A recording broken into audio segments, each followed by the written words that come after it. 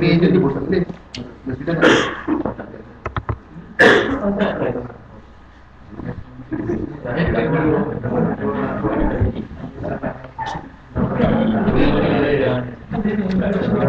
Nak tengok buku lain dah masuk. Oh, masuk ni kali ni. Tak. Nak dah ada bagi link kat email dah. Oh, tak payah tak payah. Kelas ni.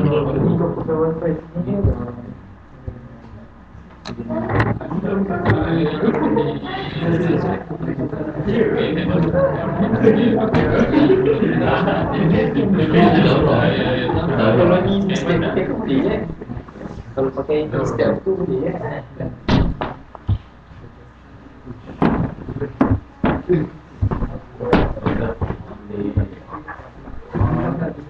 Baiknya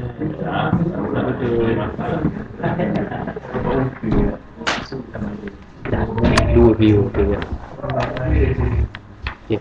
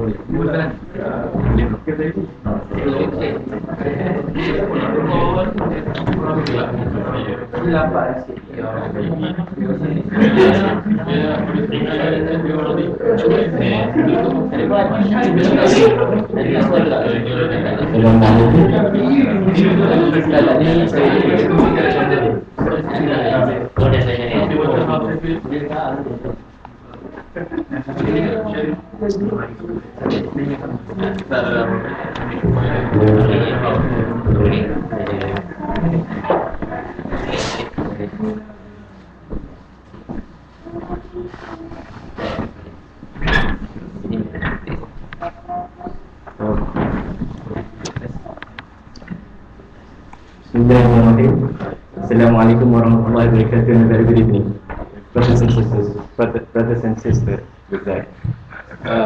Today we are blessed with the grace and mercy of Allah, for we are gathered at this place to deal and delve into an issue which we Muslims feel close with. This is an issue where we feel that it's a responsibility for each and every single one of us.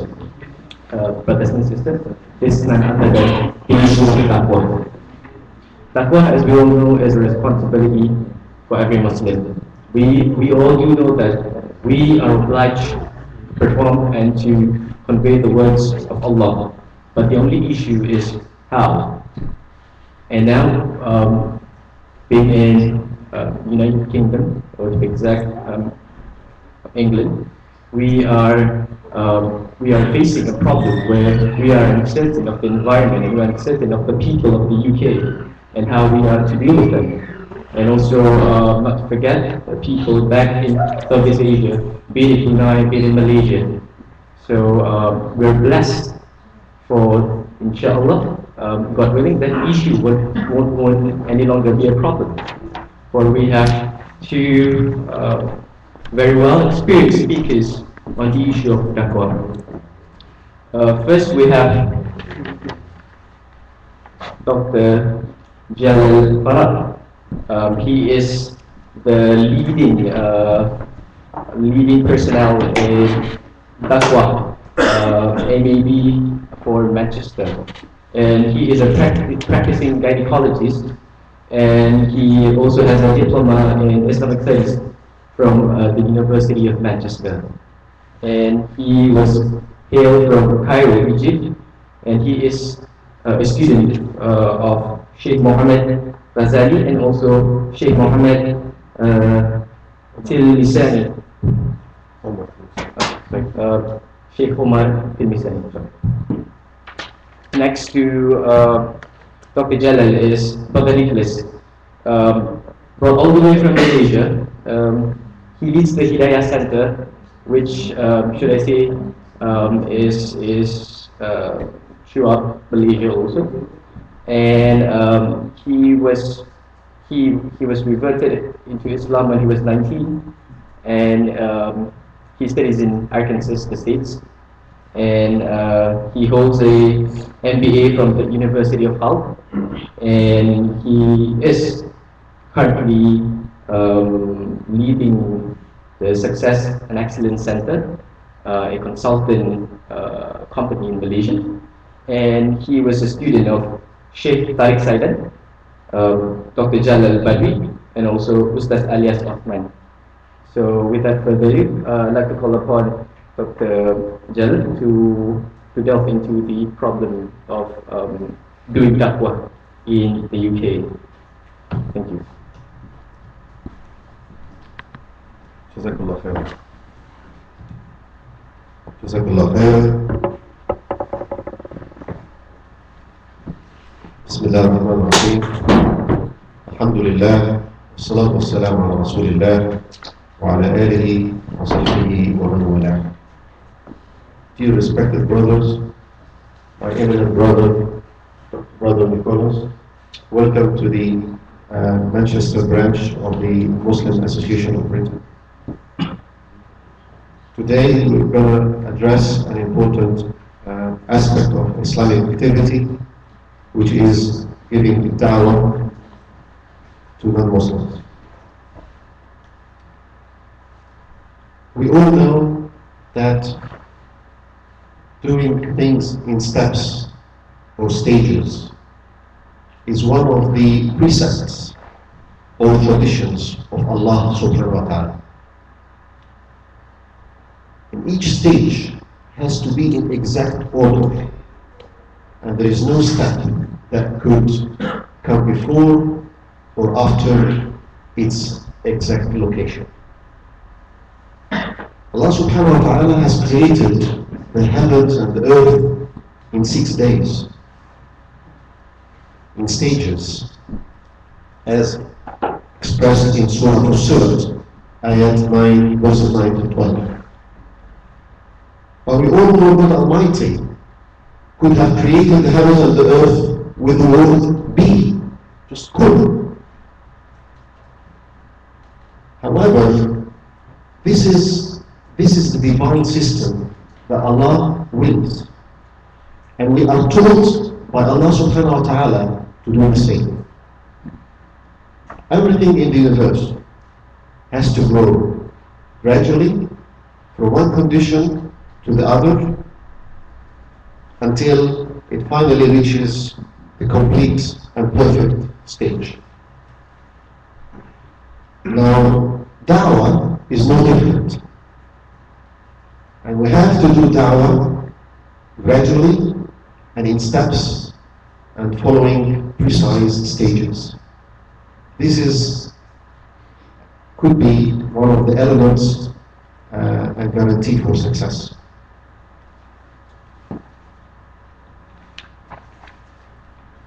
When doing public da'wah, we need to recognize 3 distinct stages, or we call them, if you like, circles. The first circle, if you could imagine 3 circles, one inside the other, okay? The outside circle is called the expansion circle. And then this is followed inside by another smaller circle, which is called the impact circle. And then finally, the smaller inner circle is called the linking circle. Now the expansion circle is that we as Muslims spread out in all directions, using all available means of da'wah to target every possible individual and inviting them to the right path of Allah. So basically, it's targeting large masses of people. This is the expansion circle. Now, out of this expansion circle, you will find that people become receptive to you. It comes into the next circle, which is called the impact circle. Now, those include those people who became responsive to you, and who you had an impact by maybe touching some of the receptors of Iman in their hearts, or maybe by making them thinking outside their box, open their minds. Now, they started to become responsive to you. They want to hear more. They want to know more. And you will find that these people are become regular attendees of your activity. The final circle comes from this second circle, from the impact circle comes the final circle, which is the circle of the linking circle, which you will find the suitable elements which you can develop and establish close relationship, true, sincere relationship based on friendship, love, trust, and companionship, true companionship. Actually, this last circle I've just mentioned is the first stage in individual da'wah. If some of you know about individual-based da'wah, this is actually the first stage, is to develop this close relationship with the recipient.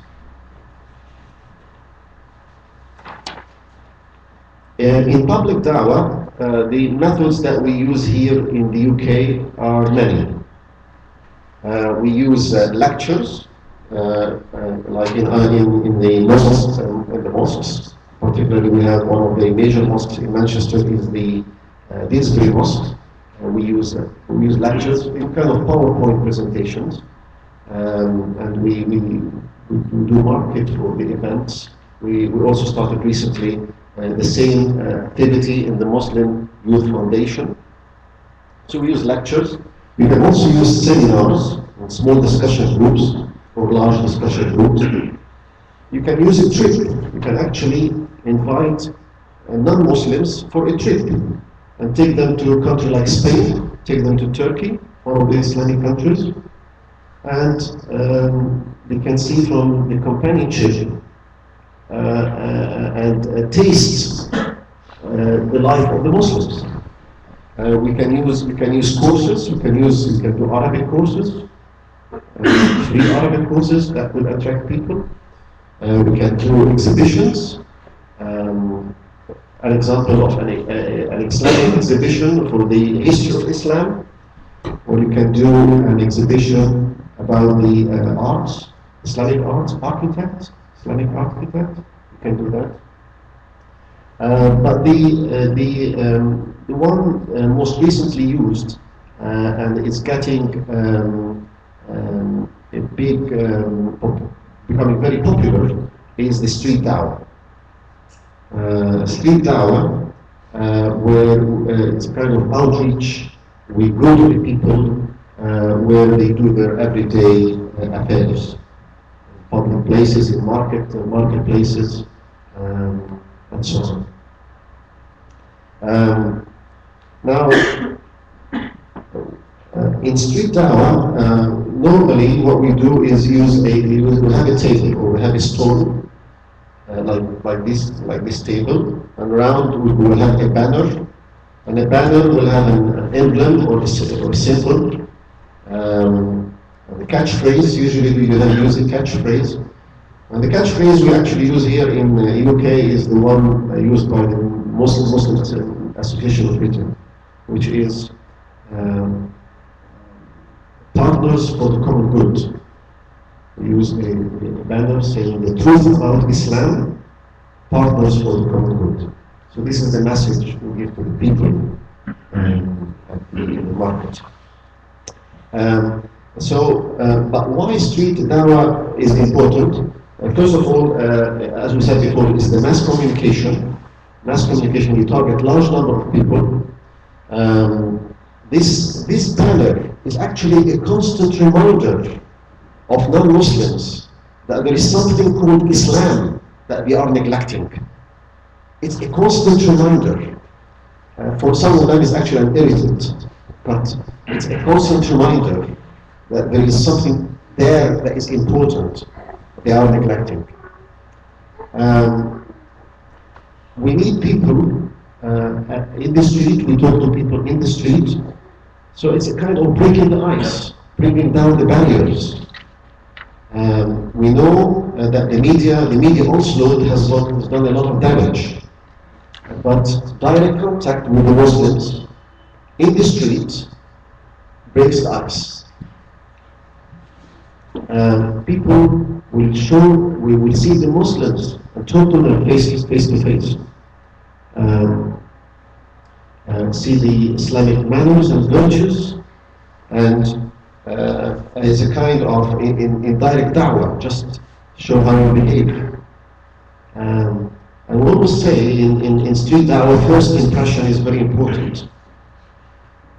You can actually put people off even before opening their mouths. Actually, so there is a way of doing this. Finally, why street dawah and dawah tables are important is that it could be a very shortcut. We know in individual-based dawah, you need to build this. First of all, we need to build this friendship, this close relationship, and then starting to talk about the creation of Allah, and start to open the gates in the recipient's heart. And if you are successful at that stage, then you go to the next stage where you start to encourage the person to draw closer to Allah. And so therefore the 7 stages, the 7 known stages of individual da'wah. However, in the street, at the table, you can actually build a shortcut. Because, let's face it, what is friendship based on? It's based on love, respect, and trust. That's it. So if you could quickly develop this rapport with the person you are talking to in the street, so this person will say, well, you know what, I like that guy, and you know what, I think I trust him. So that's it.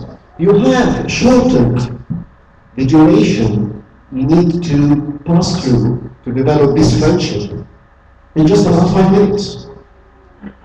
By your attire, by being smart, being soft and gentle, being kind, with a nice smile on your face, you can, cut long distances short. So it's a shortcut. And through our project for now just over 3 years, we are successful from over 100 shahadas in the street, on the spot, at the table. Men and women. Alhamdulillah. That's only with Allah's help and support. Now, many people would ask, what is the ultimate reason for inviting non-Muslims? Some people would think, let them rot in hell. Why bother? We should concentrate on our own families, on our children, or our Muslim neighbors. But you will find the answer in Surah Al-A'raf, verse 164. And Allah subhanahu wa ta'ala says, and when a community among them said, why do we preach to a people whom Allah is about to destroy or to punish with the severe torment? The preacher said, in the hope to be free from guilt before your Lord Allah, and that perhaps they may fear Allah. So that is your answer. Another important verse in the same surah, Allah subhanahu wa ta'ala says, and then we will surely question those to whom a message was sent, and we will surely question the messengers. Now, if we examine that verse carefully, who do you think in that verse are addressed with to whom a message was sent? Who are they? They were Muslims. So who were the messengers? Us. Thank you. Thank you. And we will be questioned on the day of judgment. And Allah will ask you, why haven't you explained to him Surah Ikhlas? Just Qul Huwallahu Ahad. Why haven't you done that? We all know Surah Ikhlas. You had your neighbor, you had your friend, you had somebody you met in the street, but you did not tell him Surah Ikhlas. Why is that? And you know what you're going to answer? You're not going to answer anything. You're just going to look down to your feet. So, da'wah to non-Muslim is very important. We are actually, in a country like this, living in the paradise of da'wah. And imagine the companions of the Prophet ﷺ between us these days, here in Manchester, they will be doing da'wah, right, left, up and down. All day and all night. This is the paradise of da'wah.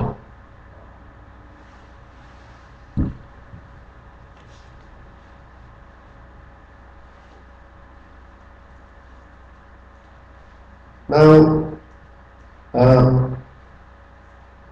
how much time I've got? Another 10 minutes. People usually say, I don't have much knowledge to give down to non-Muslims, and I don't have the skills to give down to non-Muslims. Well, knowledge is very important, but let me ask you this: how much knowledge did Abu Bakr as-Siddiq radiallahu anhu have when he went out the second day? He became a Muslim and brought in his hand 5 companions who were later given glad tidings they're going to paradise. There wasn't much Quran there. There is no salah, there is no fasting, no pilgrimage, nothing. He already had La ilaha illallah, Muhammad Rasulullah. That's the only knowledge he had. But he went out the following day, inviting people to Islam. That's the only knowledge he had.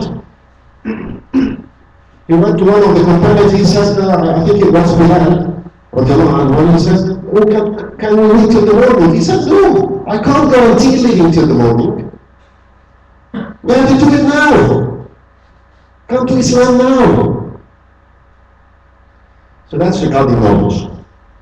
And regarding the skills, I tell you what, learn on the job. Join the store, join the group, doing street da'wah, and learn on the job. You know, remember the first time you fell off your bike? It will happen. We learn from our mistakes, and we gain experience that way. Learn from the job. But I have to tell you this: you also need desire, and knowing the driving force behind doing this normal action, only for the purpose of Allah, only to please Allah. This is your driving force and nothing else. And second, you look at the incentive, the rewards from Allah subhanahu wa ta'ala. So desire and ability are very important.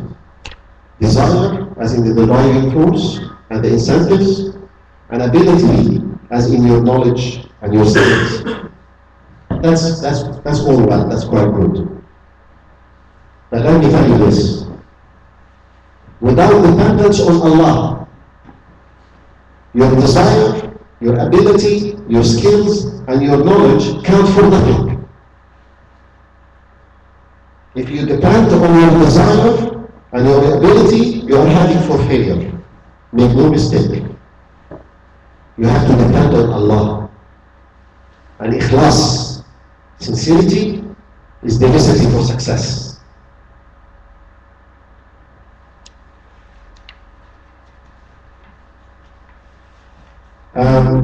I've actually brought you some handouts I want to give you on how to do da'wah, but at this time, but very quickly, I just want to remind you of that you have always to be kind, soft, and gentle with people. You have always to look your best, look smart, neat, and clean, and have the courage to say, I don't know. Just remember these three things. Have the courage to say, I don't know.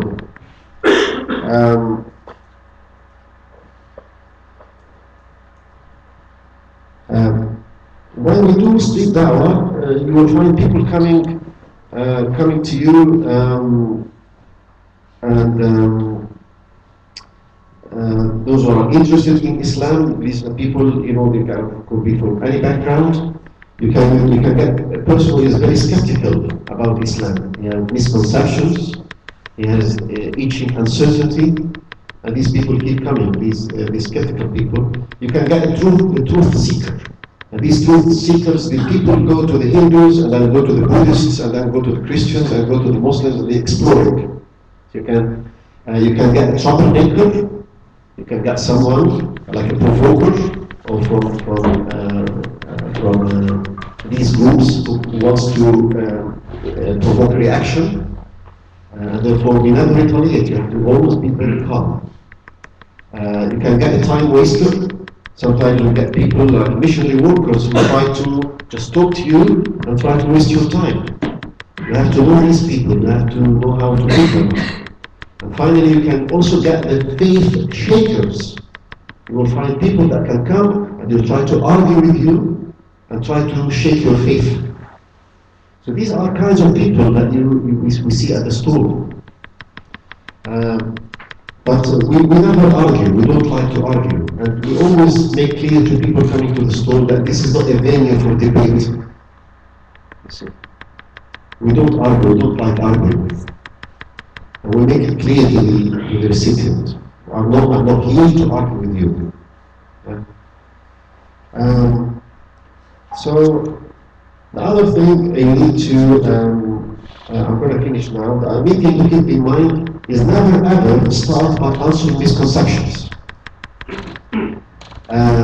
Because Islam does not need you to defend. Islam defends itself. You don't need to defend Islam. And I use a technique called reverse analogy. And the reverse analogy is a very good technique. And somebody throws you with something, you throw it back to them. So when people come to me and say, why you don't allow missionary workers to preach in Mecca? So I tell them, why you don't allow Muslim people to preach in the Vatican? That's it. You throw it back to them. They have no answer to that. They tell you why do you hate Jews?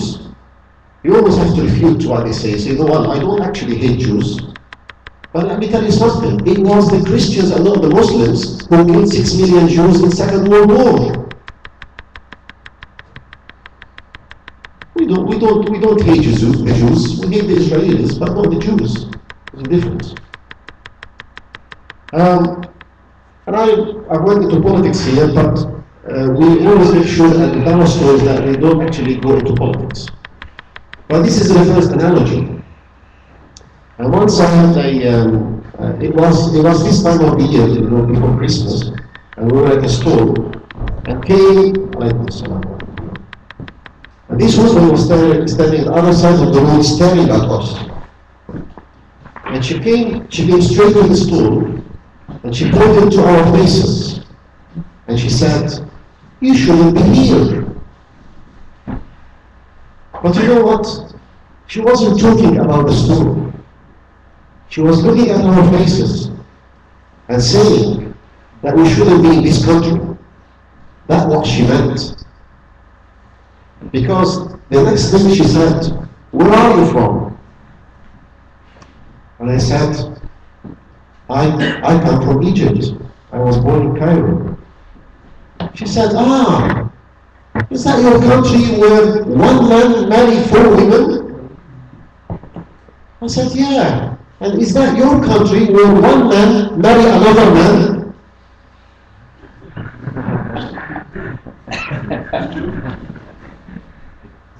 This is Hebrews analogy. Throw it back at them. Do not answer misconceptions. And somebody will come into you and say, "Your religion is strict. It is a strict religion." I tell him, "How many wives are you allowed?" He says, "1." I said, "I'm allowed 4. You are the strict religion, not me." So the best analogy. That's what you use. Yeah. So that's the technique that we use. And the other thing you need to remember, do not use open questions. Because you always have to be in control. Use yes and no questions. Do not use open questions, never ever. You need to be in control. If you give the mic to the recipient, you're not going to get it back. You're not going to get it back, and he will keep talking and talking and talking. So if you ask him an open question like, what do you think? What do you think Islam is? Do you like Islam? What is Islam? And he says, "Yeah, okay. Well, actually, in 1986, I was sitting in my garden, and it was a nice summer night, and I was looking at the sky, and all of a sudden I remembered Uncle Jimmy.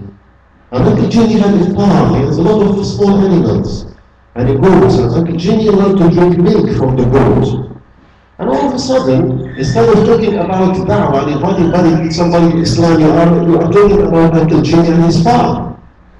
You're giving him the ground. And you will keep talking and talking and talking forever. So no, you have to be in control.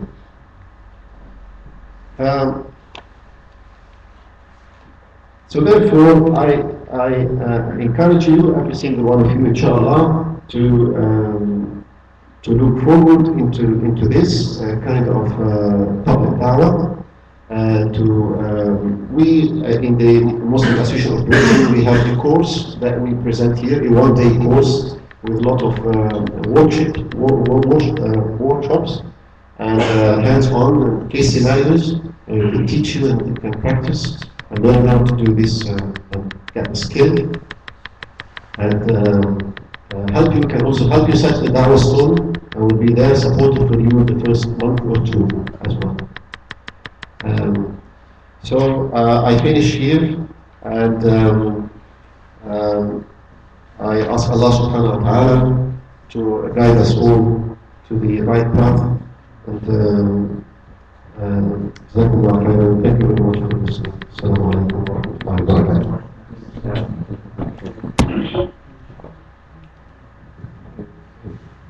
Thank you, Dr. Galal. Well, 3 words that we learned, which are essential in doing that was none other than love, respect, and trust. Inshallah, we will all strive to practice with them. Well, as Malaysians, mainly viewers of Malaysians, we know that we will one day return to a country, and instead of the scene in the UK, what we'll be facing is a demographic disparity in Malaysia where different races, different beliefs, different upbringing. So with this disparity come different challenges. So dealing with that problem, I'd like to call upon Brother Nicholas in answering and helping in this issue. So you may, Brother Nicholas.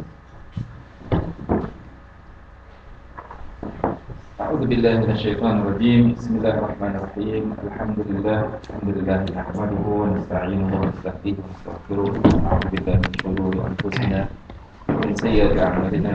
من يهده الله فلا مضل له ومن يضلله فلا هادي له.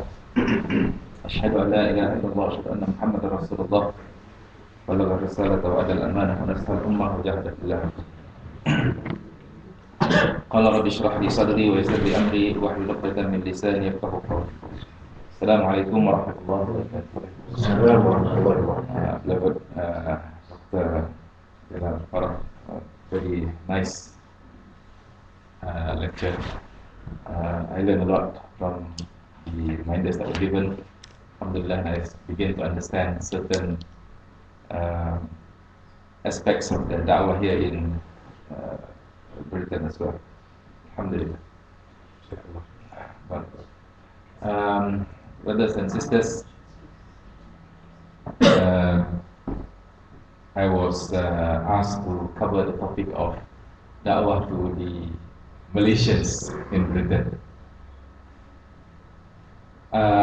Doing da'wah to Malaysians in Malaysia, maybe I know a little bit about, but non-Muslims in Britain, maybe because they are Malaysian, then maybe there's a little bit of relations there, but I think in terms of the understanding of the ground, the environment here, you are in a better position to judge what would be the best way to approach this da'wah. However, there are a few verses of the Quran that I'd like to bring up quickly so that we can be on the same footing, inshallah.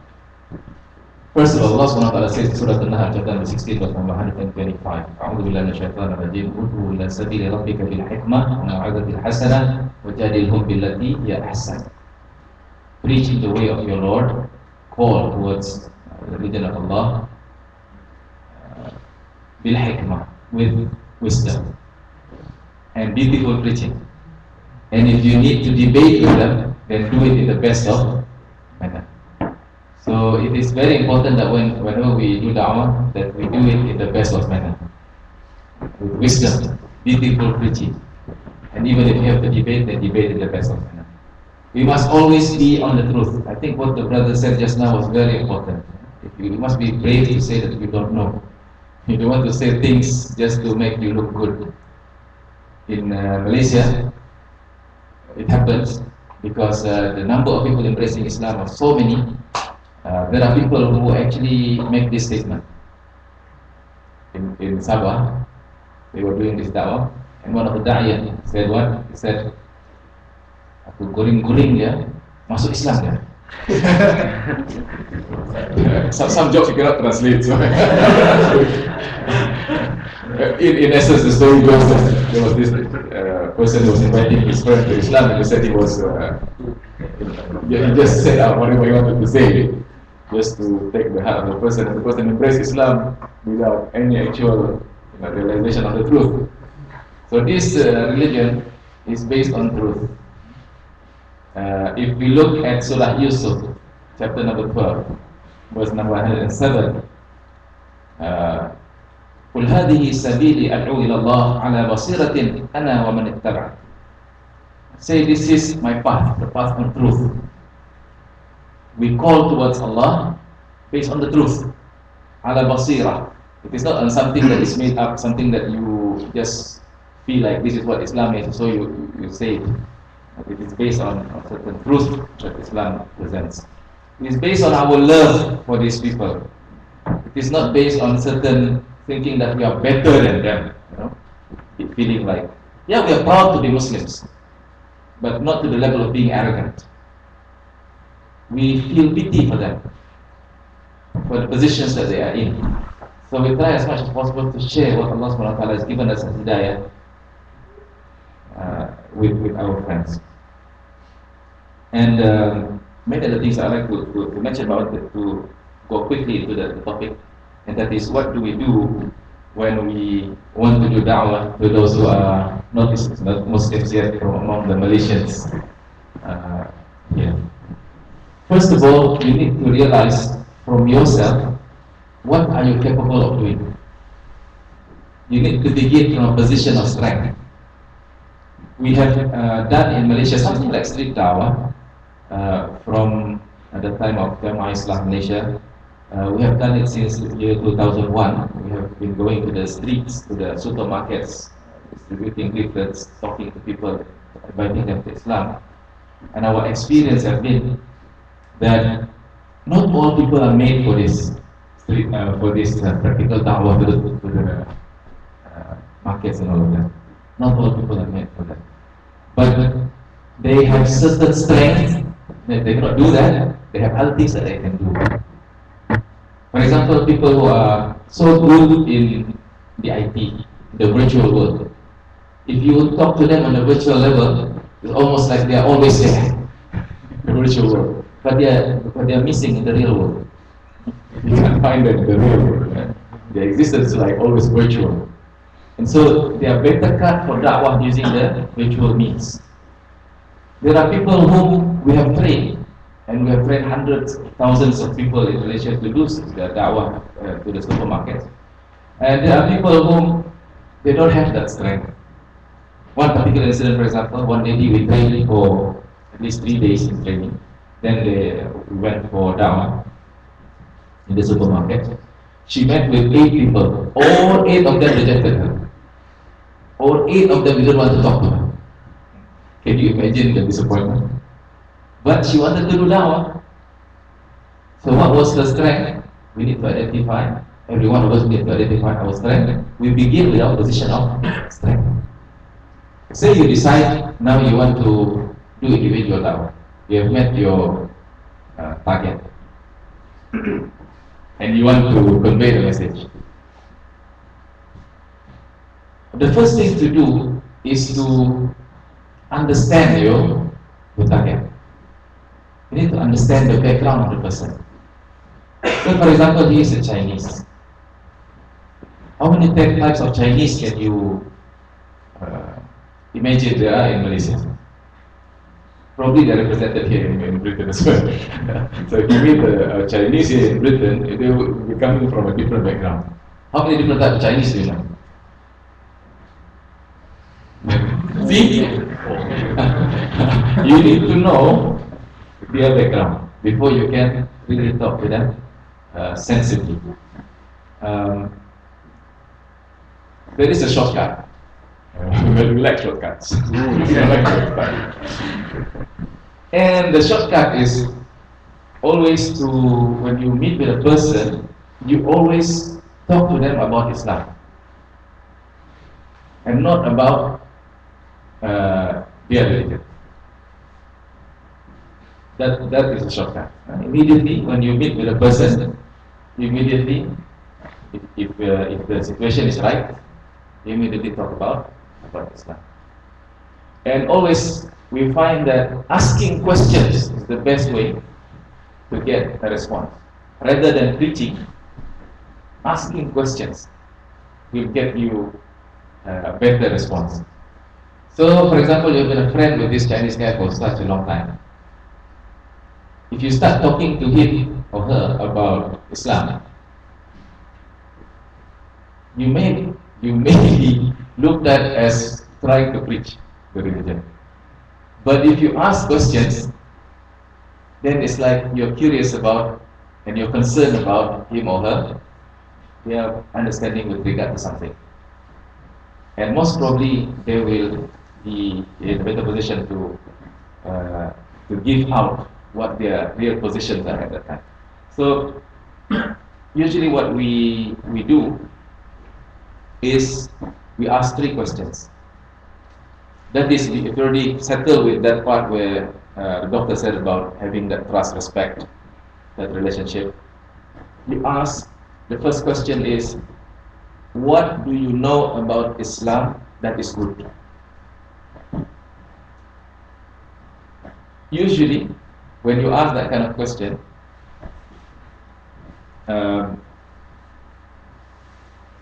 the response that will come will be positive things that they know about Islam.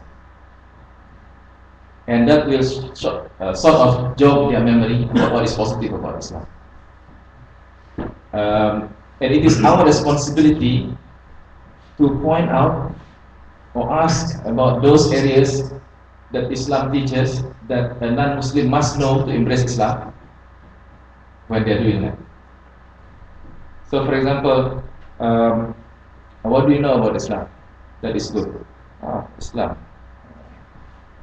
Well, I think the Muslims are, have good teachings like any other religion. Do you know what are the steps? What are the key points in Islam that makes a person different from another non-Muslim? Point out the differences that they must know. What is it that a non-Muslim must know to embrace Islam? What? Shahadah. That is very important. But in order for a person to be able to embrace Islam, there is that 5 pillars of Islam. So in a discussion that may be short or may be long, my experience has been 10 minutes. 10 minutes, I've covered the 3 major questions that I talked about, and they become Muslim. 1 hour, we cover the whole topic, they become Muslim. Days, years, months, until today, I have not become Muslim. So, like the doctor said, and this is the teaching of Islam, hidayah is from Allah SWT. Innaka lan tahdi man ahbabta, walakin Allah yahdi man yasha. So, you ask that question, what do you think is good about Islam? That will jog their memory about what they think of when they think of Islam. And you start feeding them with the information that is required for them to make that commitment to submit themselves to God the Almighty. And then the second step is to ask them, what do you think is not good about Islam? You know why you want to ask this question? It's because you want to know why they are not embracing Islam yet. What is stopping them from embracing Islam? And so they will give you this and that reasons. This is where they are stopped from being a Muslim. This is what is stopping them from becoming a Muslim. And we need to be able to answer their concerns. So this is the area where sometimes you don't know, you need to get help if you don't know. But my experience has been, there is no question that Islam cannot answer. I don't know whether you agree with me or not. There is no question in life that Islam does not have an answer to. So my experience has been, the common questions that Sheikh Zakir Naik gives out, 20 common questions, these are the common questions. But sometimes you'll get questions that are outside of this. Then you will need to be more tactful in dealing with those questions. You need to look at understand the religion better and look at it from the point of view of that person, why they are asking these questions and how to answer them well. And then the last question you like to ask is, if they have, you like to confirm that they understand what Islam means and they have no objections to it.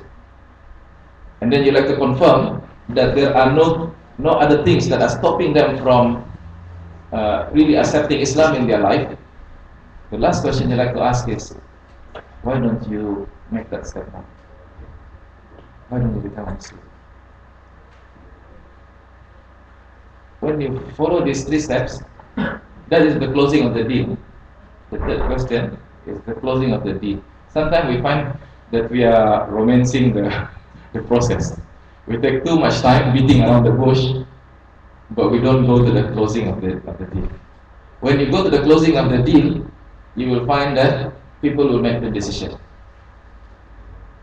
They will make the decision. Not yet. Why? Not yet. Why? Sometimes the decision could be, I'm convinced, I know Islam is truth, but the problem is what? My parents. The problem is, what are the problems that they give you? And at that point in time, you need to try to help them to make that decision.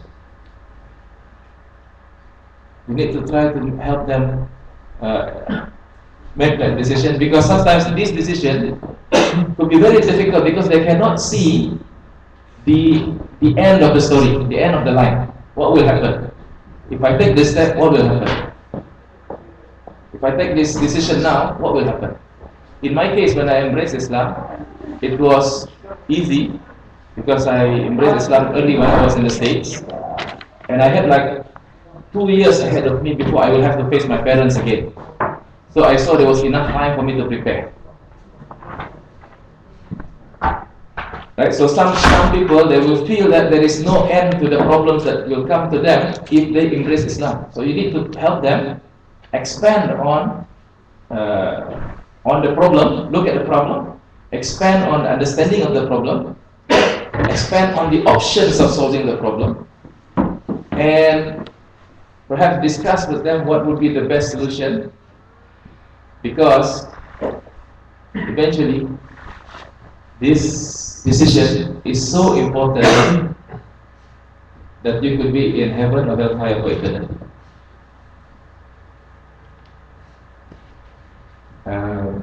Wallahu a'lam, I said again, this is what we do in Malaysia. If we do it here, I'm not very sure what you think about if you do it here, whether it will work or not.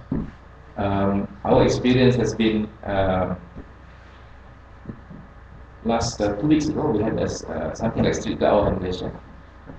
The whole of Selangor, all the districts in Selangor, we had about 500 da'iyah going around, trained. Well, train means just 1 day of training. So they went, like, met about 2,500 people, and they had 2 people embracing Islam on the spot. So the approach, I think, again, the effectiveness of the approach depends on the individuals, and I think what was mentioned by Doctor was very important. Your first impression. First impression is a lasting impression.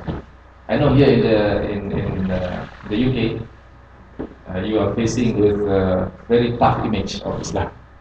That's what I get so far from my discussion with the I've met here. There are some very nice people. Again, I agree with the doctor that it's a paradise for da'wah. What I see here is a very rich target. And you want to target, anyone to do da'wah is a rich target. You can pick and choose so many if you want to do da'wah. What we found to work with the Chinese in Malaysia is the approach with science, Al-Quran and science. That works for them. Al-Quran and science and the logical aspect of Islam, the practical aspects of Islam. In Malaysia, we are faced with difficulty for the Chinese and the non-Muslims to embrace Islam because of our own faults among them. The Chinese in Malaysia feels that if you are to embrace Islam, it's very difficult. Why? Because if you embrace Islam, you will have to become a Malay. Nowhere in the Quran does Allah says if you become Muslim, you have to be Malay. Unfortunately, in Malaysia, that is what is being practiced. You have to change your name. From your name, you have to change to bin Abdullah. One Arabic name and bin Abdullah.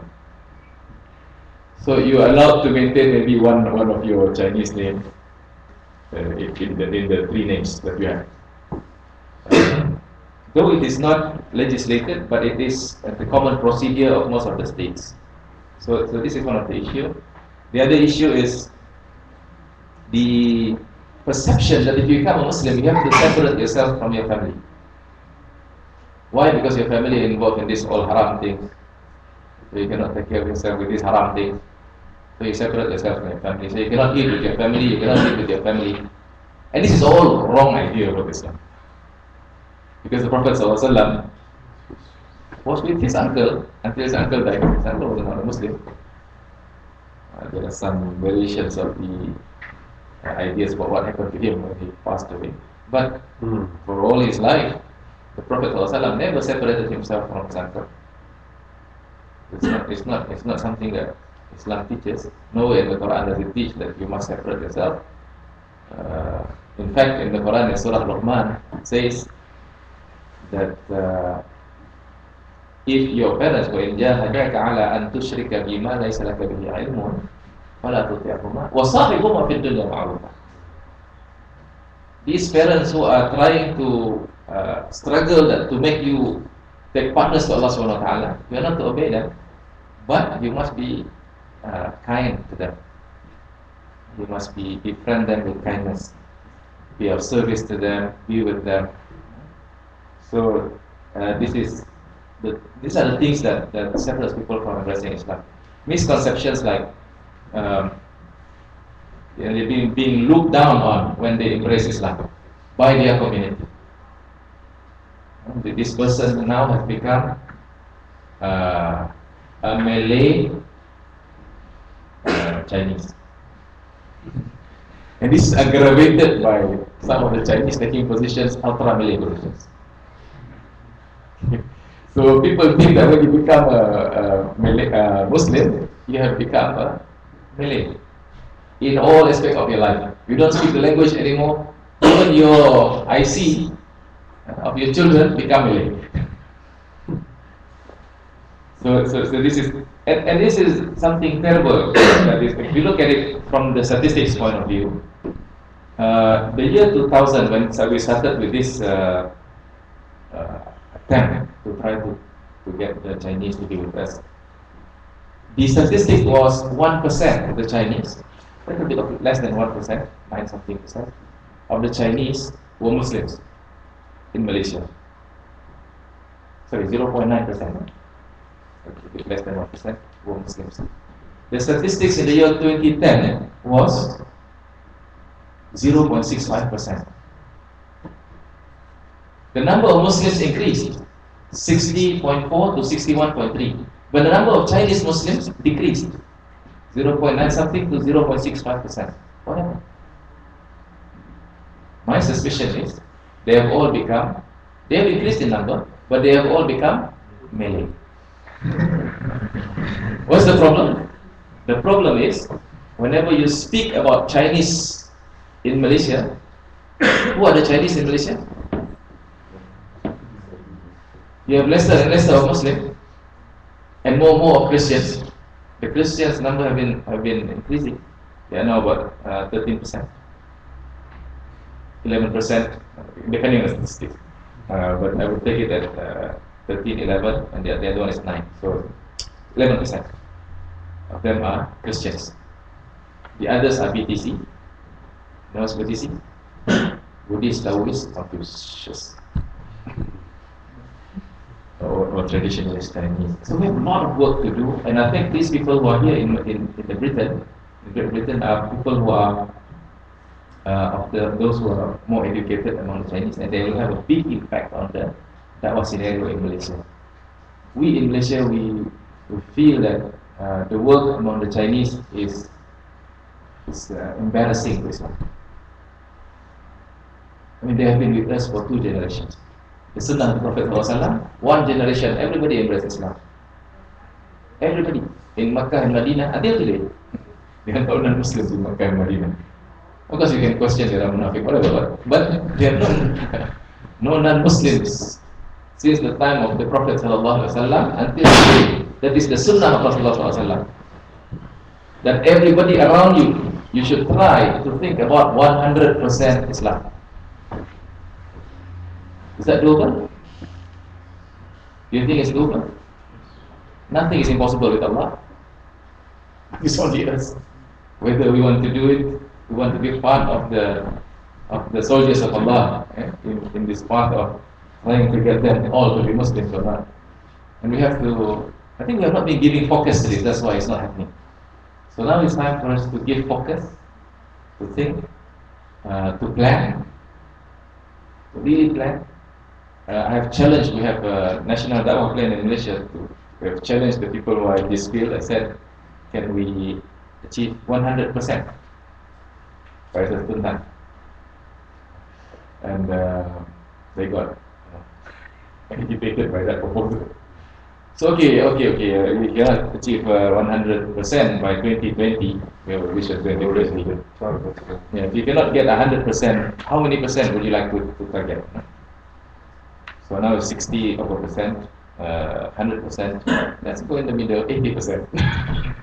Okay, so we will work on 80%. But nothing is impossible with Allah Subhanahu wa Taala. It's just our plan and how we try to achieve it. How much time is 10 minutes. Okay. The Chinese in Malaysia, there are several types of them. Some of them are open, have good thoughts about Islam. We have met people like this. It is just a matter of actually talking to them, asking them the 3 questions, and just tapping them on the shoulder. Why don't you become a Muslim? And they just immediately become a Muslim. In fact, they ask us when we go to the supermarkets and meet them, ask them about Islam. You know, we are here actually to share Islam with you. They ask us this question: why did you come earlier? We have been waiting for people like you to come. And then that's how we get Muslims out of them. There are people who are open to the idea of knowing more about Islam. But in general, I would say that 90% of the Chinese who are non-Muslims in Malaysia, they don't have complete ideas about Islam. Complete ideas about Islam means what? My definition of complete ideas about Islam, that is sufficient for them to become a Muslim. Okay, they may choose not to, but they have that information. So, for example, in this PMS that we had in Whitby, there was this person who was not a Muslim, and I spent about a good 2 hours maybe with him. What he had is sufficient for him to embrace Islam. It's just whether he wants to embrace or not. And when I tried to close the sale, he was not ready. He was not ready. And we are in a position to force people. La ikraha fid din. Qad tabayyana rushd min al-ghayy. Chapter number 2, verse number 286, Surah Al-Baqarah. There is no compulsion in religion. The truth is obvious from falsehood. The question to ask is whether the truth is already obvious from the falsehood. So your targeted friend. One other such thing I would put in is the number of attempts, the number of people doing da'wah in Malaysia. I don't know whether if I test in this room, maybe it's good to test in this room. So I have got UK statistics. Because I go to Malaysia, I go to all the states and the masjids where I give talk about this. I'll ask them, how many of you have non-Muslim friends? Can you raise up your hand if you have non-Muslim Malaysian friends? Because I want to take the Malaysian statistics. Malaysian non-Muslim friends. Okay. How many of you do not have non-Muslim friends? Okay, so some of you do not raise up your hand, maybe you don't understand the question. But in Malaysia, usually, when I ask the third question, how many of you, because all of you have non-Muslim friends from Malaysia, how many of you have actually conveyed Islam to that friend? Can you raise up your hands, please? This is about it. That's about the number. So, but in Malaysia it's worse. It's like only 3% of the population actually do da'wah to the non-Muslims. And so how can you achieve the target of 80% if only 3 out of 100 does the work? In the case of Britain, I've got the statistic now, only 2 out of how many here? 20. So that's a good 10%. That's good. Is that good? Not good enough. Not a good sense for, because these are really good, really committed people. So it's not good sense for. So if you take the more general population, it will be more sampling. But actually, sampling wise, you do not need to take everyone. Yeah? And I think this is a biased sample as well, because you are already people who are in the da'wah work. Yes.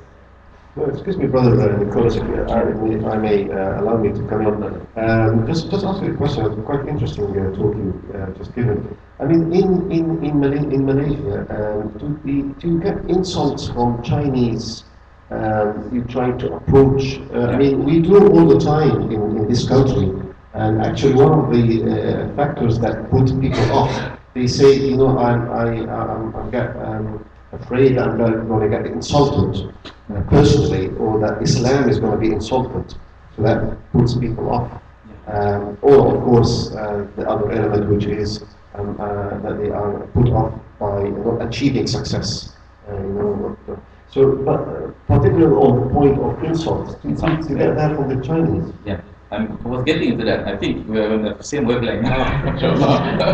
Same background. Same understanding. I was getting there, and you already went there. Yeah, there are types of people who have suspicions about Islam, and there are people who are against Islam.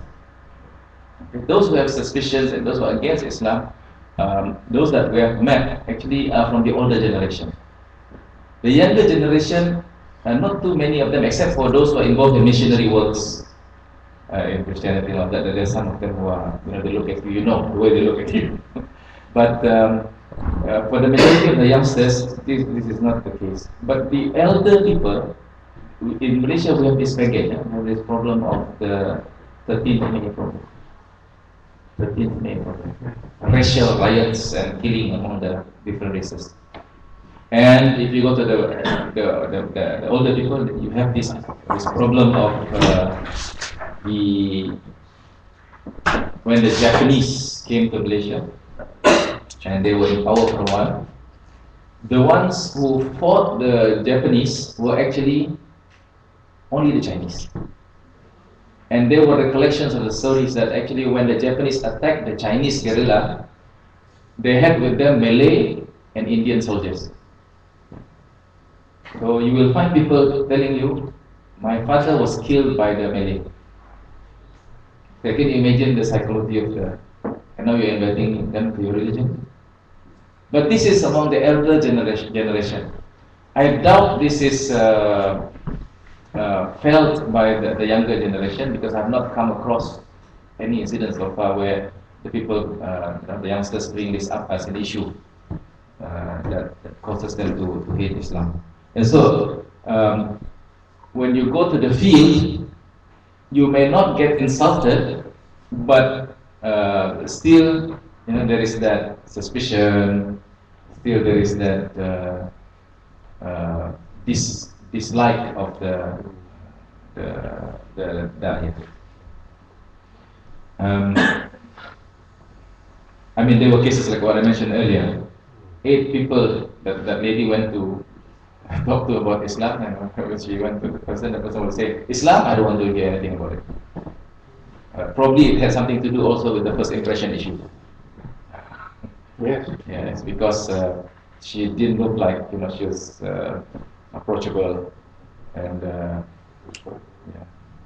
So sometimes for some people, they are not cut to do street dawah, maybe, but they have other areas that they can contribute.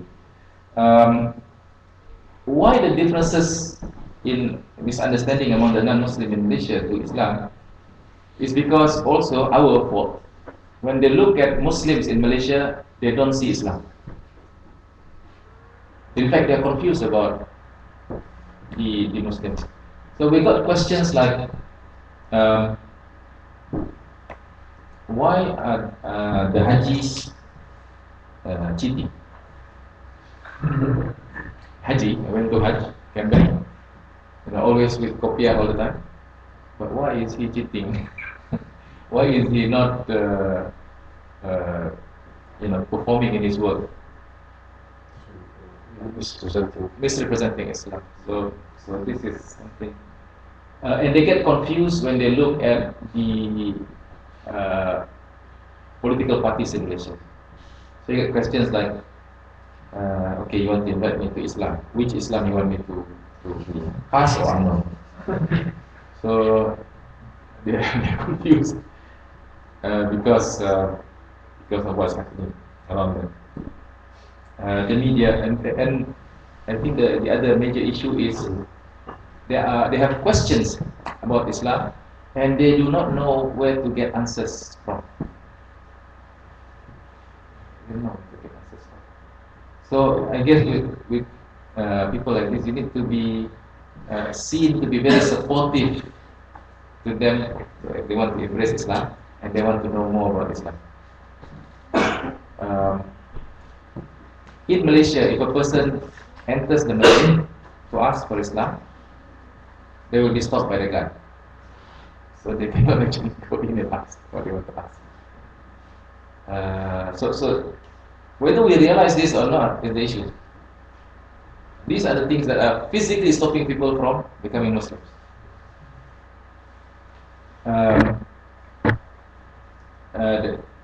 And Islam, the truth about Islam is that doesn't reach them. And even if it reaches them, they don't feel like they're being invited to Islam. There is no real effort there to be seen like we want them to be Muslims. It seems like we want Islam to be the sole right, exclusive right of the Malays. So if you want to become a Muslim, you have to become a Malay. So these kind of things among Excuse me, brother. yes.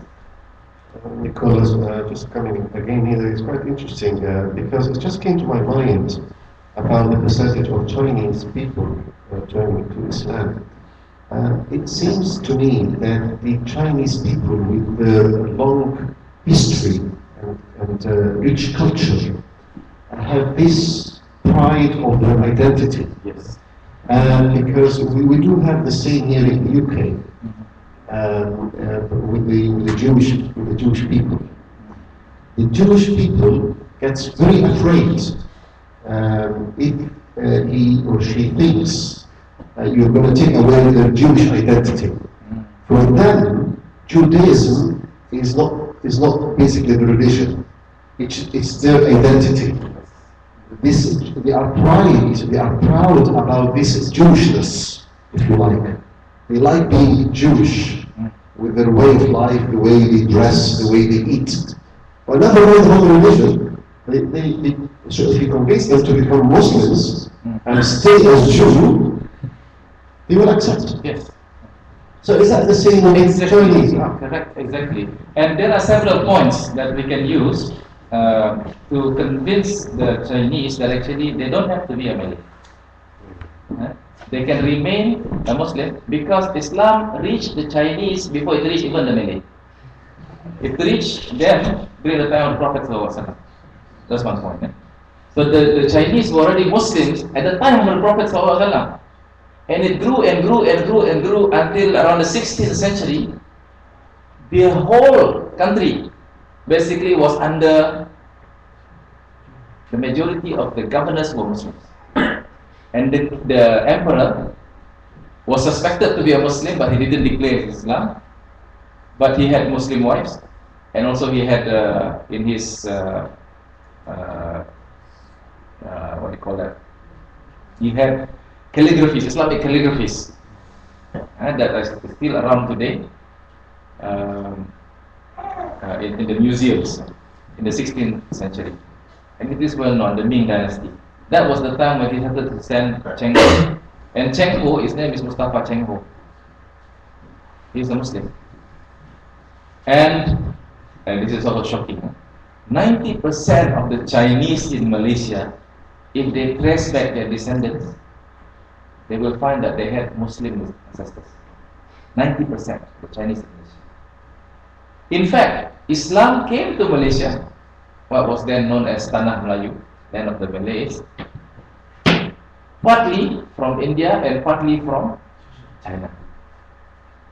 The eastern seaboard of Malaysia,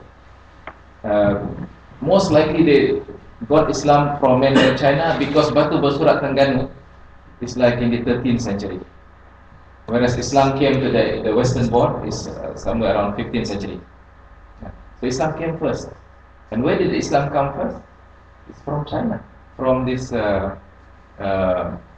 Chinese Muslim influence. That's number two. Number what? How many have you? Three. Number three. Number four. About why it's easier for the Chinese to actually to be Muslims. It's because they already have Chinese cultures. Chinese what do you call it? Cultures that are close to Islam. Many of what they are practicing, they don't have to leave. Respect of the parents, hard work, all these nice behaviors that they have, giving face to people, being nice to others, for others to be nice to you, be nice to others. All of those things are actually connected to them. And point number 5, very important point, is if they become a Muslim, they don't have to be a Malay. The Prophet ﷺ does not teach that. Islam does not teach that. They don't have to be a Malay. They don't have to separate themselves from their parents. They don't have to change their name. They can still speak their language if they want to speak their language, no problem. Their children do not have to become Malays. If they are so proud of their identity, they can preserve their identity. There are 100 million Muslims in China, no problem. They all have Chinese names, but of course they also, each one of them, they will have Arabic name as well. So if their Chinese name is something, because that's the requirement of the government, then they will also have Ibrahim, they have Yusuf, they have Ismail as their first name. Not on documents, but the way they are called in that society. So the Chinese Muslim in Malaysia can do that. Maintain your Chinese name, no problem. Just adopt one name that will indicate that you are Muslim. Because in the long run, you want to be proud of Islam. You are proud of your culture, is okay. But you must first be proud of Islam. Right? So it's just a little bit of tweaking here and there. You don't have to separate yourself from your parents. In fact, you are required by the religion to love your parents more, to obey them, to take care of them, to have good relationship with them. You don't have to be separated from your relatives. All of those things that will make it easier for them to embrace Islam, inshallah. So I think we'll give it to the brothers to ask questions, inshallah.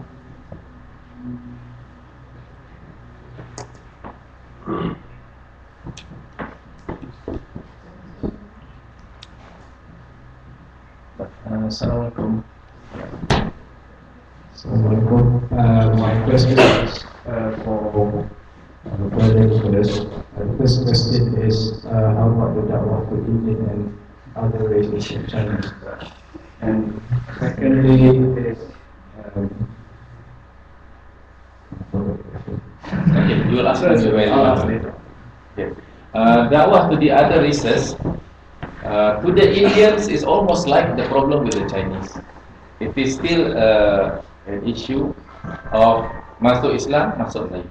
Becoming a Muslim, becoming a Muslim.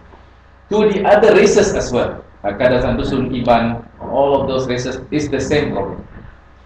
They embrace Islam, they are treated as embracing Malay as well. So it's almost the same. It's just that because of our focus in the past to the natives, we are doing better in terms of dakwah to the natives, to the Kadazan, Dusun, Iban, to the orang asli. We are doing better. Better, but not good enough. Why? Because our dakwah all the while have been touch and go. We touch them, we go. We touch them, we go. So when we touch them, they become Muslims. Why? One case in Pulau Bangi, in Sabah, they were asked, why do you embrace Islam? And the answer came back, oh, we are like chickens.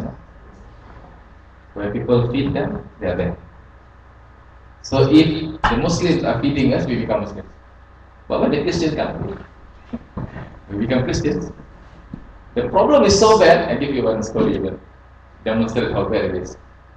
One time there was a whole village embracing Islam. Very easy. You go into the village, you be nice to them, stay with them. 2 weeks, you talk to the head of the village, convince him to embrace Islam. When the head of the village becomes Muslim, everybody else will embrace Islam. So 2 weeks job.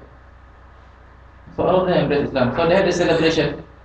Alhamdulillah, very nice celebration for welcoming them to be Muslims. So the head of the village says what? Ustaz, Alhamdulillah, we're very happy. Including this time, we have embraced Islam 11 times. Very good.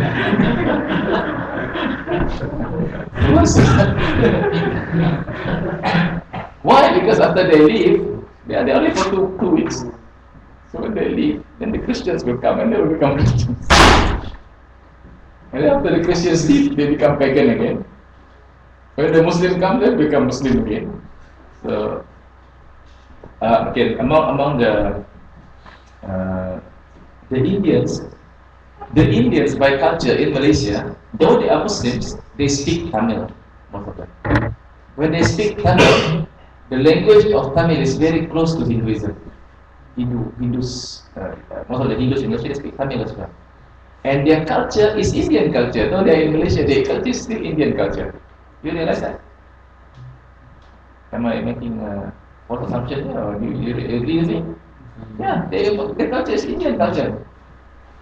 And they are closer to the Hindus than they are close to the Malays and to the Muslims in general. And so, we have a big problem among those who have reverted to Islam. The number of murtad cases quite substantial. So that is in general Allah. I would like to actually comment on this answer, which is an excellent answer. That helping someone to revert to Islam is effective, but it's not successful. Being successful is to look after them after they come to Islam. That's what I call success. Yes, how many times we heard through the history of the Prophet ﷺ called somebody from his arm and said, Ya Fulan, say La ilaha illallah. That's important. Say La ilaha illallah. Come to the fold in Islam. But then they look after them. You look after them. That's then you maintain them, and look after them, and care for them, and that's success. I mean, we have one of the brothers, he came to the digital mosque program. We have the Articles of Faith, one article of faith every week, and introduction to Islam, and we've been attending 2 or 3 cycles, and we came to Islam. And then we have what we call a mentorship scheme. So when somebody comes to Islam, we allocate to him a mentor. And the mentor will stay with this new learner for a month. He will revise with him the ablution and the tahara, the purification, and the tawheed, teach him how to do the ablution, teach him salah, all the movements of the salah, teach him the fatiha, and qul huwallahu ahad. And by the end of the month, he can do salah perfect. Now, the period of mentorship can go even longer, depending on the time and the availability of the mentor and the need of the revert. Now, this particular case, which is actually a very successful case, the mentor stayed with him for 1.5 years. And after a year, this new revert married a Muslim girl. The mentor, alhamdulillah. Well, I mean, he as a Muslim, he could marry a non-Muslim, he could marry a Christian, or he could marry a Jew, people of the book.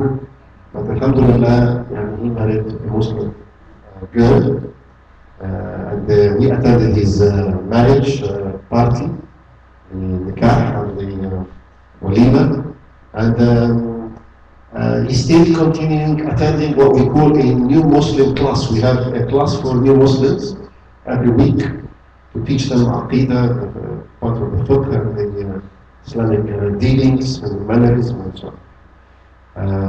And alhamdulillah, we have. So, but this is just showing you that aftercare is very important. How many times we've heard about the surgeon who has done an operation.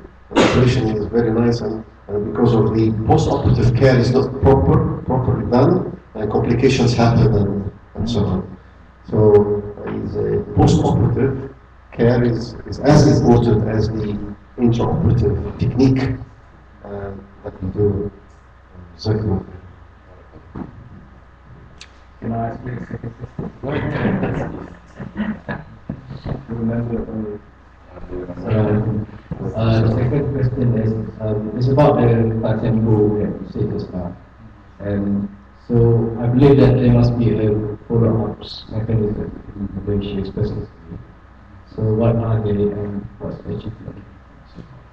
Alhamdulillah, in Malaysia we have classes, Islamic classes that goes on, some of them at nights, every weekdays, and full on the weekends.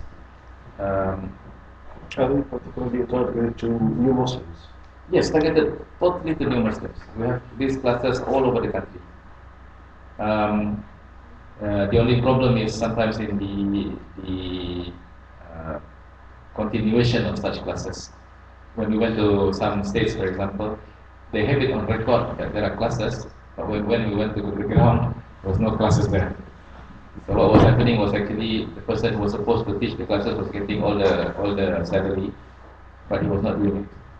So there are issues like that, but in general, all over the country in Malaysia is covered. So if you do your da'wah to the non-Muslims here, the Chinese Muslims, if they embrace Islam, you have to be prepared with the resources so that you have classes for them at every locality, inshallah. Because I believe, hopefully after this, judging from the feedback that I've been getting since I came here, after this there will be a big movement, inshallah, among the Malaysian Muslims to do da'wah to the non-Muslim Malaysians, inshallah. Wallahu a'lam.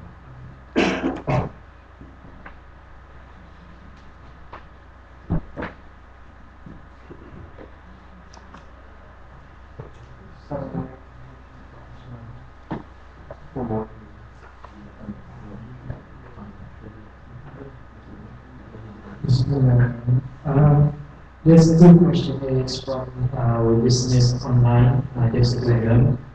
The first question is, how best is it to do da'wah at work, as this may be against ethics, especially for doctor and patient relationship? And the second question is it recommended to give Quran as a gift to a non-Muslim family? Is it recommended?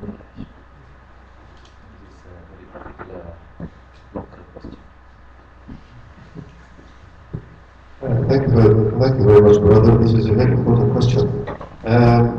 Yes, because of sensitivity issues at work and the need to follow a professional attitude, sometimes it's not appropriate to talk about religious issues at the workplace. In actual fact, some of the organizational institutions actually ban this kind of communication between workers who work in the same place. However, there is another aspect of da'wah which is called indirect da'wah. And you can give the da'wah through your Islamic manners, through your activity, through your dealing with people, with kindness, being soft and helpful and supportive. They will have to ask themselves, who does that person come from? Who is he? You need to become a role model for people you work with, and then through that you can actually develop a close relationship, a close friendship, which you can take it outside work and start individual da'wah. Regarding your second question, giving a Quran copy to a friend, the short answer is yes.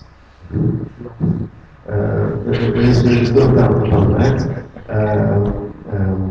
If we say give him a copy in English, if he speaks English, give a copy in Chinese. If he speaks Chinese, there's no problem with that whatsoever. However, you need to explain to that person that the copy you are giving him is not the actual Quran. It's a translation of the meaning of the Quran. The Quran has to be in Arabic. The Quran can only be in Arabic and understood in Arabic. So you have a duty to explain to him that. And obviously, and also, always offer that person that if at any time he can come back to you if he wants any explanation regarding the verses of the Quran and so on. So that would be a good gesture for us. Jazakallah khair.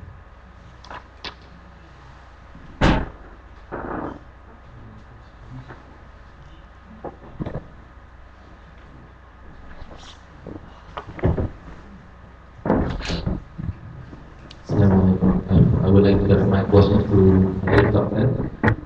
As my question is more, I think, related to the culture in the UK, because it involves Shia Muslim. I used to have a non-Muslim friend, is a Shia. We've already done all the 3 questions proposed by Brother Nicholas. We've already closed the deal. But the thing is, she can go to Shia Muslim. Because I have other classmates who are Shia Muslims. And when I ask her, do you really understand about the differences in Sunnis and the Shia? And then she replied, I don't really want to listen to the differences because I don't want to be biased. Then I asked her, what source did you read about Islam? And she said BBC. And I tried to explain to her, before you learn about Islam, you better choose. Before you choose, you need to really understand the history between the Sunnis and the Shia. And she just doesn't want to listen. And she's no longer in Manchester University. She's doing a master's in London. She's very active in ISOL. So I don't really worry about her follow-up. But the thing is, she's also very active in the Ahlul Society. And when I tried to approach her, when I tried to discuss about the differences, and before, choosing a crew, I don't know, choice, but she just doesn't want to listen. Do I have to, do I just forget about her, or,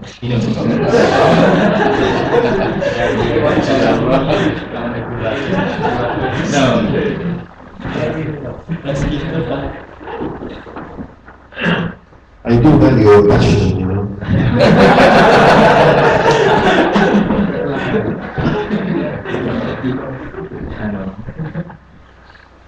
One of the questions actually how to give dawah to a Shia. Yeah. She's a new believer, so it's not really fair if I just give her, I think your brother sat next to you. Just make the point. She is still on the first steps, taking her first steps into Islam. I don't think it's too late.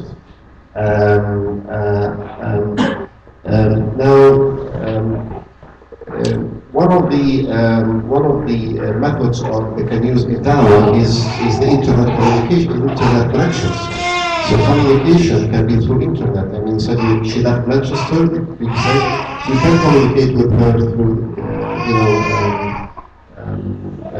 public connections like Twitter, Facebook, email, whatever. You can use these new technologies. Actually, one of the best methods of giving dawah nowadays, even in the individual dawah. You could start going into second or third stage giving individual dawah, and then that person leave the country and go to France. You can still complete your stages giving dawah to that person through the internet. You have to remember, you don't have to be together physically. You have to deal with the person. You are dealing with the hearts and the minds. We always say, the hearts before the minds.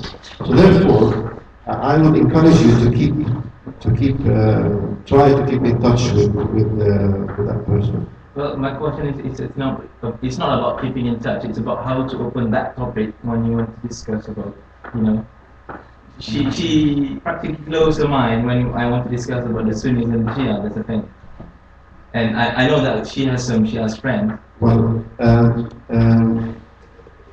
one of the criteria we pick up to try and invite people to the right path of Allah is that they are open-minded, they are prepared to listen, and they don't argue too much.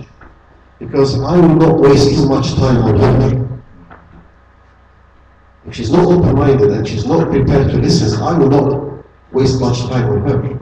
I will put my effort somewhere else and quickly. And like you say, if she's not prepared to listen, forget about her.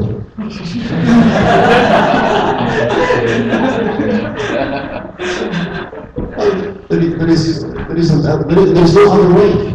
She's got to listen. She's got to be prepared to discuss. Prepared to discuss. Try to refer to some of the books, to some of the good books to read, and then come back on the internet or through Skype or whatever and discuss it with you. But do not argue. You shouldn't argue too much with her. And Allah A'lam, I don't know whether Brother Nicholas has got any. I agree wholeheartedly with the arguments. Just maybe a little bit more that you can do is to let her be aware that this is a debate that is happening among Muslims, and for her to refer to scholars that are well grounded in this aspect that can settle the matter quickly. I think nowadays it's not that difficult. You go to YouTube and you look at the discussions there and you select those that are good and just keep the link to it. And other than that, if she still doesn't want to open her mind, then I agree with her brother. Don't waste your time. Other things to do. Allah.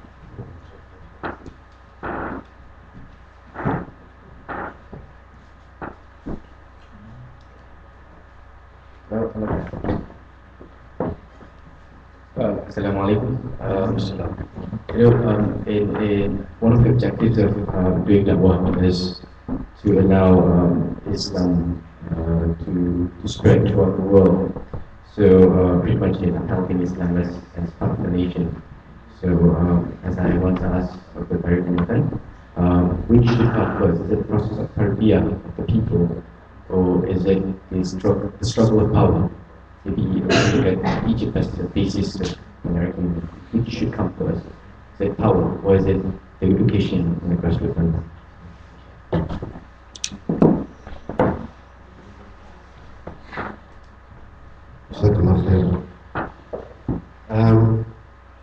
The Islamic movement, we adopt 4 programs. The foundation of these programs is Tarbiyah. And through this foundation comes the other 3 programs of change, which is Dawah, social services, and political reform. And Imam Hassan al-Banna said that you have to spend 90% of your time to prepare. You have to be prepared. Fail to prepare and prepare to fail is the logic. So therefore, there is no substitute for tarbiyah. And building the individual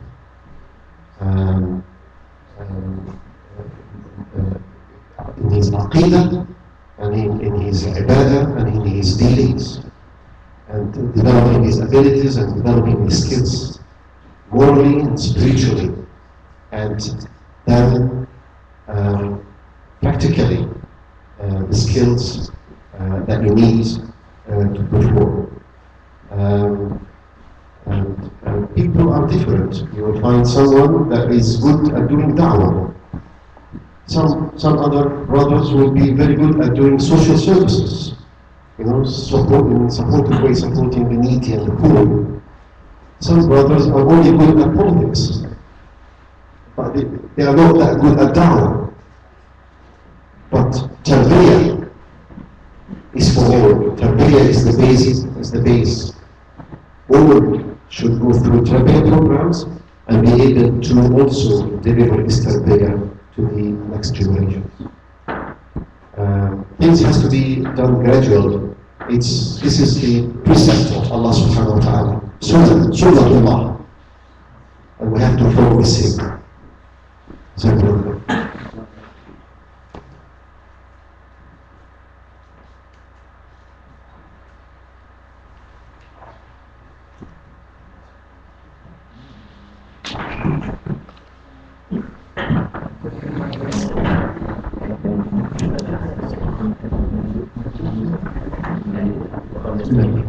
One question.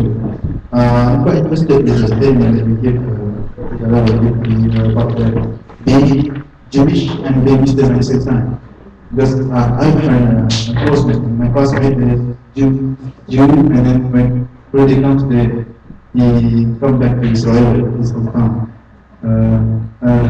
So my question is, how a person can be Jewish and Islam at the same time? Is it Jewish as a religion, or because also in the Quran that Quran ke Yahud wala masbawat so is the Jewish and Christian we can't call them. Yes, I mean he can't. What I meant is he can't be Jewish in his aqidah, in his belief. It has to be the Islamic aqidah. It has to be the Islamic ibadah, the worships, the comprehensive sense of worship. It has to be the Islamic rulings that he has to follow. But he can keep his identity.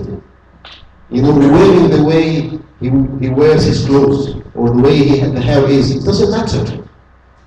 It doesn't matter. You know, in Islam, it doesn't matter if you have long hair or short hair. It doesn't matter the way you wear a jacket or you wear a jilbab, or it doesn't matter. But for them, they like their identity. They like the way they live. They like the way they live. I mean, I always tell them this. I always tell them, you are actually quite interesting people. We will like the way you are. You know, Islam is kosher.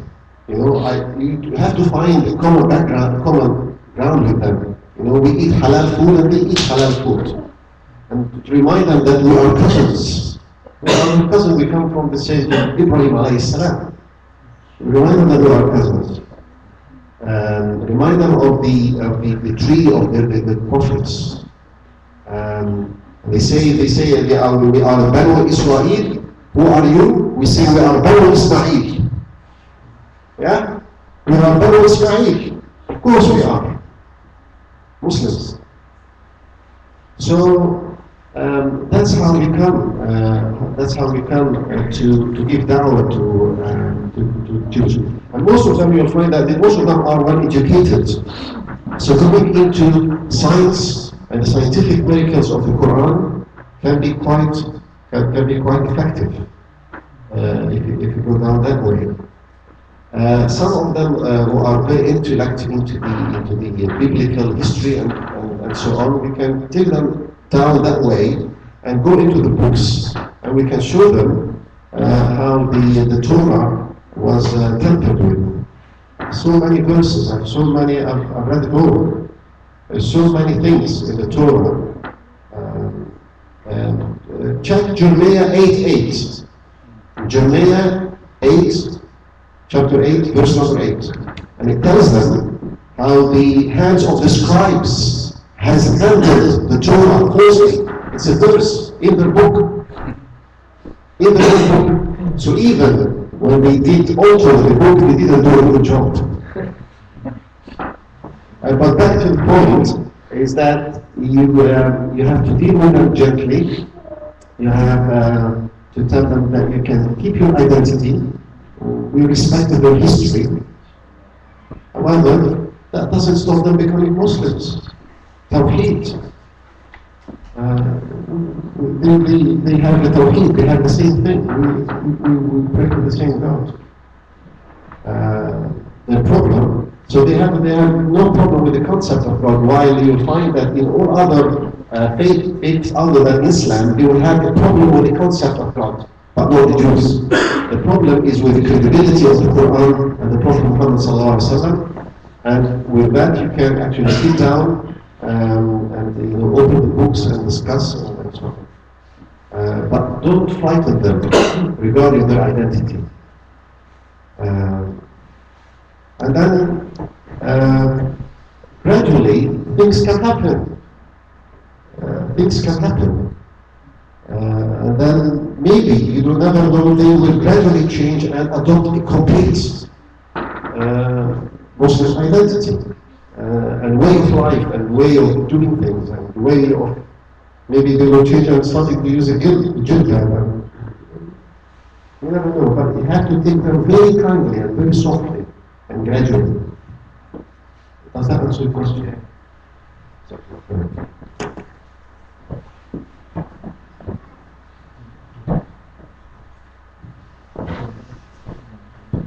It's another question from our listeners online. The question that was posed is, what is the best way to answer when asked by a non-Muslim when they ask, why is there some Muslims that don't pray and there's other that do pray? How would you answer that?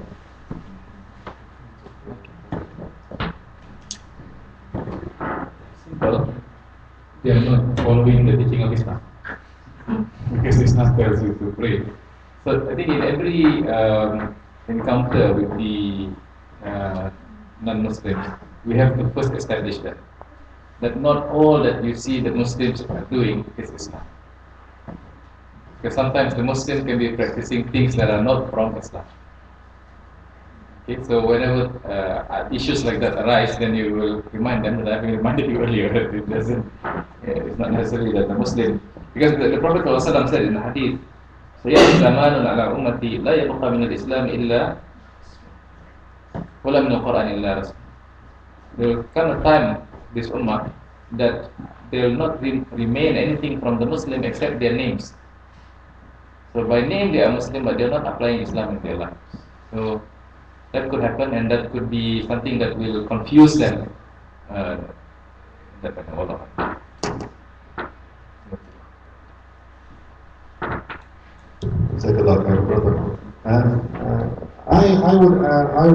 In addition to what Brother Nicholas has said, I would also say, well, listen, in this country there is a law that people should follow. But why there is criminals and rapists and thieves? And therefore, this happens in all over the world. It's human nature. But it's very important not to accuse Islam. I will tell him, do you test the car by the driver? You don't. Islam is good, but some Muslims represent Islam, unfortunately. And it's our duty to also, in doing dawah, to bring those heedless Muslims to the right path, of Allah.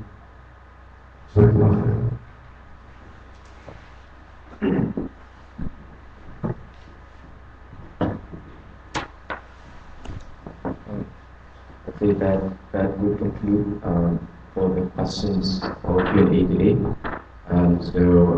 If it's not much of a problem, I'd like both the panels to say a bit of conclusion for what I said earlier. So maybe from Dr. Galal.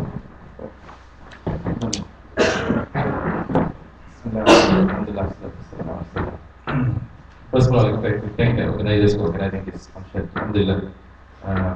Allah SWT make something that will be barakah to us in this life. Will remind us of our responsibilities and will take actions of what has been said. There are many reasons why people would like to embrace Islam. I mean, there are books written that, for example, one author in Malaysia wrote about the reasons why people embrace Islam, and he counted thousands of reasons. There are many reasons why people embrace Islam, and for our audiences, those who would like to invite to Islam, we need to find that reason for them. it is their right that they get Islam in a proper manner so that they will love Islam in a way that Islam touches them. There was a person in Malaysia, a lady Chinese lawyer, very young, Chinese lawyer, and she embraced Islam in a very unique manner. She told the story in our conference in Malaysia. She said she had a grandmother that she loved so much, and that grandmother passed away. And when the grandmother passed away, she was so shocked. And the way the Chinese handle the deceased is they will keep them in the house for 3 days in an air-conditioned coffin. Wait for the relatives to come back and look at where their last respects. So for 3 days, she was so shocked at the trauma, looking at so traumatized, looking at the grandmother whom she loved so much. And the way they handled the body was a bit cremated. So after 3 days, they brought the deceased to the morgue or to the crematorium, and the machine just broke down. So they had to bring back the body to the house, wait for another 4 days until that machine was fixed. And then for 7 days, can you imagine the trauma that she went through, looking at the mayat, the dead grandmother. And no matter how good the air conditioning system, after 7 days, the dead body is a dead body, will meet all the house element. She was so traumatized when she heard that the way the Muslims handle the dead is to bury them as soon as possible. She said this is a good religion, and she embraced Islam because of that. I don't know. There are hundreds of reasons why. Some of them need to be so complicated. You need to be able to explain that Islam is a structure, it's a shumul, and it's a complete system. Some of them, the German diplomat, for example, what's his name? Abdullah Omar? No, not Abdullah Omar. Leopold Weiss, he had to be convinced that way. He looked at the system of Islam, so wonderful, the social system, economic system, the justice and everything, then he said Islam. But some people is just looking at how you handle the dead. But some people is even funnier, but I will not tell the story today. Allah. Jazakallah khairan. In conclusion to this event, I would like to remind you that doing da'wah has to be the way the Prophet Muhammad ﷺ used to do the da'wah. We have to follow the same route. And the Prophet ﷺ used to do da'wah by opening the hearts. Always remember the hearts before the minds.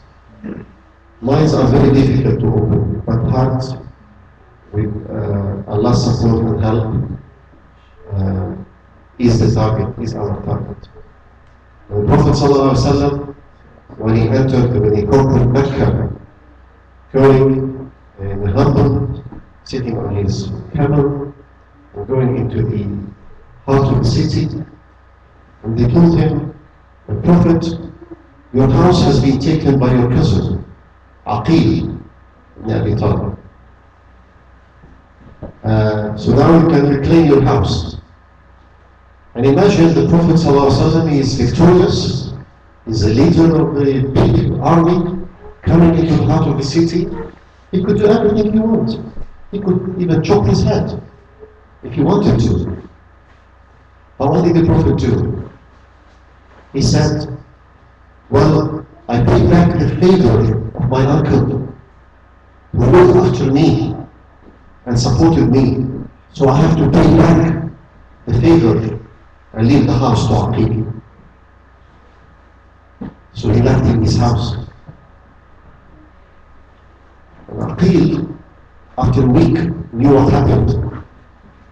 So Aqil comes to the Prophet ﷺ and he says, Ashhadu annaka Muhammadun Rasulullah. He's opened his heart.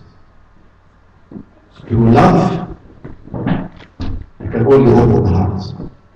And this is the way of the Prophet Sallallahu Alaihi Wasallam. Yes. So remember, we have to follow this. Your first objective is to give Tawheed.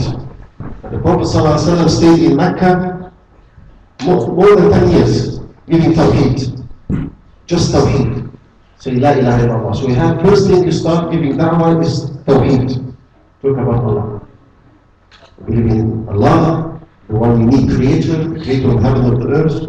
He's eternal, unique, self-sufficient, totally dependent, and so on. Talk about attributes of Allah. He has no associates, and so on. So that's the way of the Prophet Sallallahu Alaihi Wasallam. Today I thank you very much for coming here, and I thank all the people listening to us for their time and their effort. I look at you as the leaders of the future. I'm very proud of you, very proud of every single one of you. And I could see in every single one of you the perfect ideal Muslim that we all were looking for. May Allah bless you, put His barakah on you, inshallah, and till we meet again, inshallah, in the future. Assalamu alaikum wa rahmatullahi wa barakatuh.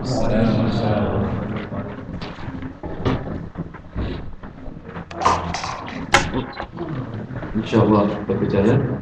Well, just recap a little bit of what has been said by the two panels earlier. I remember what Dr. Harif once said, in doing Dakwah, it doesn't matter what the result is, because we are there as an example for the non-Muslims. Hidayah comes from Allah. So it's a reminder for us, being there, striving for Dakwah, is a form of being a role model. So it doesn't matter if it works or it doesn't work. That's Allah's job. And also, what had been stated earlier, UK is a training ground, UK is a paradise for doing Dakwah. So simply, what we should view, how we should view the condition is that by looking at the non-Muslims, not as non-Muslims, not as non-believers, but as potential Muslims. So inshallah, make dua that what had been stated earlier would be motivation that we would strive, that we go further in the world.